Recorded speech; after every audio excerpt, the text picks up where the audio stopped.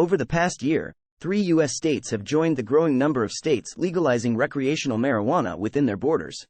In May 2022, Rhode Island legalized recreational cannabis through the legislative process, and Missouri followed suit in December of last year. With the addition of Maryland after the 2022 election, more than 156 million Americans now live in states where marijuana has been effectively legalized in a manner similar to alcoholic beverages. That's 47% of the U.S. population. Interestingly, Rhode Island is one of a growing number of states where recreational cannabis has been legalized through the legislative process rather than through statewide referenda or voter initiatives. This trend marks a significant shift away from the traditional approach of voter initiatives, which were necessary due to legislators' refusal to approve legalization themselves. While cannabis policy is increasingly dominated by state-level legislation, federal policy has not actually been changed. Marijuana is still formally targeted by federal bureaucrats as an illegal substance, which continues to hamper commerce in the states in many ways. For example, it remains illegal for federally regulated financial institutions to deal directly with cannabis-related businesses.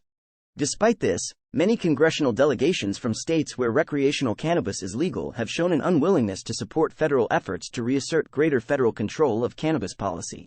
Bipartisan efforts at federal legalization have been repeatedly introduced, such as the Strengthening the 10th Amendment through Entrusting States Act, which is essentially a states' rights bill supported by both parties in the name of reining in the drug war.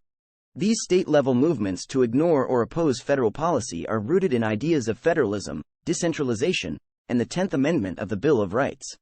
However, there are still those who cling to the idea of federal supremacy and want uniform rule from Washington, especially when it comes to guns or drugs.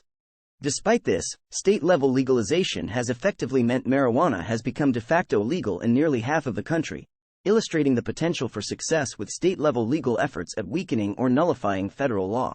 In conclusion, the legalization of recreational marijuana in these 3 states marks a significant shift in cannabis policy in the United States, highlighting the power of state-level legislation in shaping the country's laws. Despite federal opposition, state-level legalization efforts are succeeding, and they have the potential to serve as a model for other movements seeking to nullify federal laws and expand states' rights. Subscribe Libertarian Facts.